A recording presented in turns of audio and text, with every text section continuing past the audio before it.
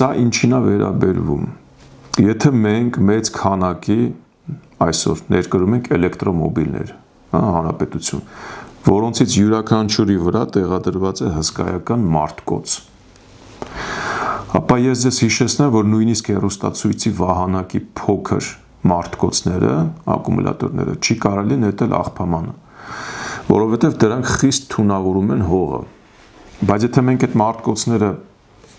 փոքր միջև հիմա արհամարել ենք, ուշադրություն չենք դարձրել, սա արդեն չենք կարող արհամարենք, որտև այս մեքենաների մարտկոցները կշռում են մոտ 500 կիլոգրամ։ Պատկերացնում եք, չէ, թե ինչ կլինի, երբ այդ էլեկտրոմոբիլները սկսեն փչանալ, իսկ նրանք ի դեպ արդեն սկսել են փչանալ, եւ այդ մարտկոցները պարզապես նետվեն աղբավայր։ Արդեն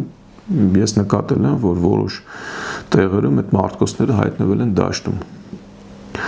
Դա կարող է վերածվել էկոլոգիական աղետի, քանի որ թունավորված հողը մաքրելը 100 անգամ ավելի դժվար է,